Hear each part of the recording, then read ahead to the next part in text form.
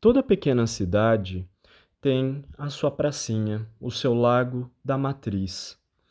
E o jardim público, ele foi criado em 1897, graças a um grupo de jovens que, com o intuito de criar um espaço como um jardim público para que as pessoas pudessem passear, organizaram um grupo de teatro. E aí então, a partir desse grupo, eles conseguiram angariar fundos para criar esse jardim público, que depois, futuramente, se torna a Praça Central, a Praça Gustavo Teixeira, que é uma homenagem então ao poeta. E a gente tem então agora algumas imagens desse jardim. Olha como ele é amplo com um coreto, né? E ao centro a gente tem o busto do Gustavo Teixeira. Então tá bem amplo, arborizado, num dia ensolarado como esse que eu fiz os registros. E aí então a gente se aproxima um pouco mais desse busto para saber um pouquinho mais do poeta. Então a gente tem ele ao centro. Os eventos da cidade, como carnaval, qualquer festa, acontecem exatamente nesse centro. E aí então, a homenagem a Gustavo Teixeira, nasceu, viveu e morreu em São Pedro. Foi poeta e somente poeta. Em 1910, com o jardim público já pronto, domingo era o dia mais esperado pela população de São Pedro, pois era o dia de lazer no jardim público, de ir à Santa Missa na Igreja da Matriz e também de acompanhar a programação do Íris Teatro, como mostra nesse cartaz, uma programação especial para o dia do aniversário da cidade. Esse cine-teatro ele ficava localizado à direita da Igreja da Matriz, exatamente nesse ponto, onde está a Casa Matarazzo, que funcionou por muitos anos também como um cinema. Inclusive, a fachada remete aos cinemas antigos, né, de décadas passadas. Então, no Lago da Matriz, agora a gente apresenta como está no contexto atual, mas existia uma antiga capelinha e com o aumento da população e a vinda do padre para a localidade, eles decidiram então expandir e construir um templo mais digno para os católicos. Conseguiram juntar fundos para a construção e aí então eles lançaram a pedra fundamental em 1896. 1897 eles já estão nessa construção e a inauguração ficou para o dia 29 de junho de 1898, exatamente no dia do padroeiro da cidade, que é São Pedro. A pintura interna teve 3 etapas. Em 37, feita por Benedito Coelho, depois o pintor piracicabano Mário Tomasi, que ornamentou as paredes e o teto na Capela Mor, e também as 2 capelas laterais, em 42. Caetano Miani, artista italiano expressionista, pintor e escultor de sucesso no mundo todo, com residência em Roma e em São Paulo, decorou com afrescos a nave central. E até agora, entrando na igreja, a gente vai notar a grande diferença daquela imagem que eu mostro, então, dela totalmente pintada, para a reformulação que foi feita nos anos 90. Então, nos anos 90, o padre da época, ele alegou que a igreja estava em ruínas, cedendo o teto e que precisava então de um restauro e que seria muito caro. E a sugestão foi de se ampliar a igreja, né, para atender a comunidade, e aí então ela passa a ser completamente modificada.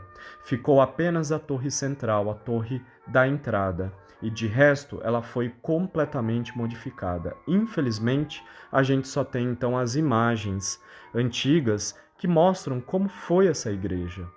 E aí, recentemente, o padre atual, ele conseguiu então trazer para a igreja os altares antigos, os altares feitos então em madeira. E aí esses altares, eles estavam, na verdade era um único altar, né, em duas partes, como a gente pode ver, que estão separados pelas laterais da própria igreja. Então essa era a parte superior que a gente nota, né? Então estava no Museu Gustavo Teixeira e aí o padre conseguiu trazer de volta para a igreja. E aí essa era a base, então a outra parte do altar. Quando ela foi inaugurada, existia uma banheira que era para o batismo e que destoava muito, né, dos batismos tradicionais católicos. E aí então voltaram à pia batismal. Eu, inclusive, fui batizado nessa igreja, né? Eu, ao ver essa transformação, essa mudança na igreja, eu fiquei muito triste, mesmo porque a minha formação é em turismo, né? Tenho muita ligação com o patrimônio, especialmente com o meu patrimônio, né? Com o patrimônio da minha cidade, a igreja em que fui batizado, em que fiz minha primeira comunhão, né? Por ser católico, então tenho muita ligação com esse espaço. E aí então a gente vê, né? Aqui ainda tem uma parte de uma pintura feita pelo pintor piracicabano, o Tomasi, o Mário Tomasi. E aí então foi o que restou, né, das pinturas das paredes. Então, andando mais um pouquinho, a gente vê aqui essa parte que é o salão paroquial, que já foi também o cine paroquial neste espaço. Então, também vale a pena a gente destacar, indicando também mais um espaço cultural e de lazer para a população num passado. Aqui é o casarão da Tia Rica, né? Então a gente também fica achando que é um casarão muito antigo, mas não. Ele é um pouco mais recente, né? Ele já vem da metade do século XX para cá. Então, dando uma olhada na região central, a gente nota também a existência de alguns terrenos baldios, né? Então é uma coisa que chama bastante atenção. Muitos casarões antigos foram demolidos, até a própria casa do povoador foi demolida. E nessa região a gente encontra então uma concentração de estabelecimentos que comercializam os bordados. A cidade de São Pedro já foi intitulada como a capital do bordado. Hoje a gente tem outro município, como é o caso de Ibitinga, que recebe essa titulação.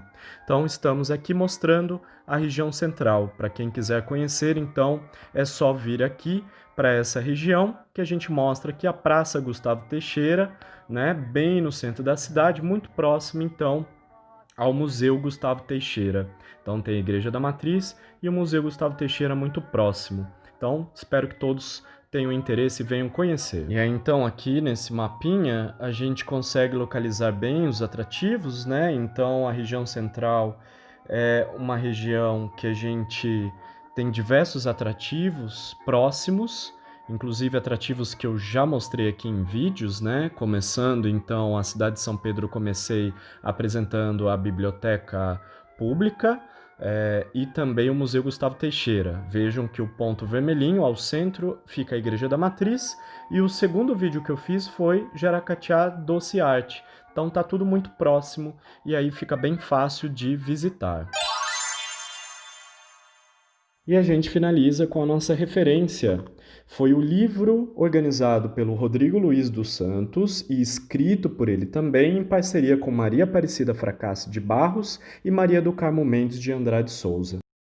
E eu não poderia deixar de homenagear a professora Maria do Carmo, que nos deixou em agosto deste ano. Foi uma personalidade muito importante para a nossa cidade e responsável pela escrita desse livro tão importante. E aqui então a gente tem a dedicatória, né, dos três autores à minha mãe, que na época, em 2009, ela foi no lançamento do livro.